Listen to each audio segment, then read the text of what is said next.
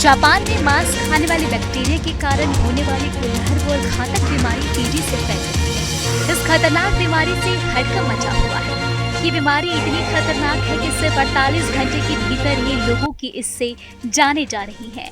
इस बीमारी का नाम स्ट्रेप्टोकोकल टॉक्सिक शॉक सिंड्रोम। दरअसल ये एक बैक्टीरिया से हो रहा है जिससे लोग इंसानी मांस खाने वाला बैक्टीरिया कहते हैं। जापान के national institute of infectious disease के लेटेस्ट रिपोर्ट इस बात का खुलासा हुआ है कि 2 जून तक ही यदि हम बात करें तो अब स्ट्रेप्टोकोकल टॉक्सिक शॉक सिंड्रोम यानी मांस खाने वाले बैक्टीरिया के 977 मामले सामने आ चुके हैं। पिछले साल इन मामलों की तादाद 941 थी।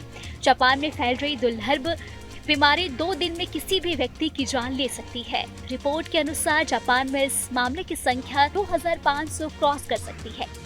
जापान में कोविड काल के दौरान लोगों को जो ढील दी गई थी उसी वजह से बीमारी अब तेजी से फैल रही है। यह अनुमान रिपोर्ट में जताया गया है कि सिर्फ 48 घंटे में किसी पीड़ित की जान जा सकती है। 1999 में स्ट्रेप्टोकोकल टॉक्सिक शॉक सिंड्रोम के मामले पर national institute of infectious disease नजर रख रहा है। वही ग्रुप ए स्ट्रेप्टोकोकस का लक्षण अधिकतर बच्चों में दिखता है। बच्चों को गले में सूजन, खराश की दिक्कत होती है। इसे स्ट्रेप थ्रॉट भी कहा जाता है। अंगों में दर्द और सूजन, बुखार, निम्न रक्तचाप भी बैक्टीरिया के गंभीर लक्षण हैं। इससे लोगों में नेक्रोसिस, अंग विफलता, सांस लेने की समस्या और मौत हो सकती है। बीमारी का अधिक खतरा 50 साल से अधिक आयु वाले लोगों को होता है। टोक्यो वुमेन्स मेडिकल इंस्टीट्यूट के विशेषज्ञों की राय से भी इससे जुदा नहीं है।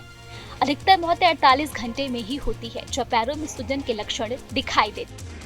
वहीं यदि हम दूसरे देशों में बीमारी के प्रकोप देखें तो 2022 की बात करें तो WHO को 5 यूरोपीय देशों ने इन्वेसिव ग्रुप और स्ट्रेप्टोकोकस के मामलों में बढ़ोतरी की सूचना दी है। इनमें STSS का नाम भी शामिल है। वहीं WHO की ओर से कहा गया है कि कोविड नियमों में ढील के कारण मामलों में बढ़ोतरी हुई है। इस साल मृत्यु दर पर 30% है और मामले 2500 पार जा सकते हैं। लोग लगातार अपने हाथ साफ करते रहें। घाव का तुरंत इलाज डॉक्टर से करवाएं।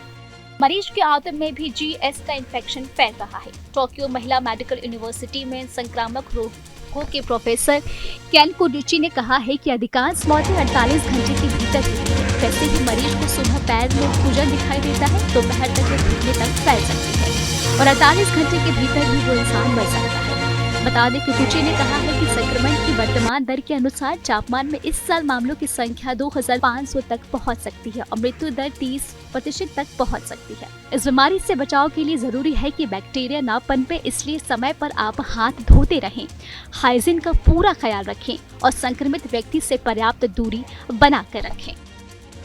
आपको हमारा वीडियो कैसा लगा हमें आप कमेंट बॉक्स में जरूर बताएं। देश दुनिया की तमाम और यूपी उत्तराखंड की हर छोटी बड़ी खबरों के लिए न्यूज़ चैनल को सब्सक्राइब करना बिल्कुल भी ना भूलें।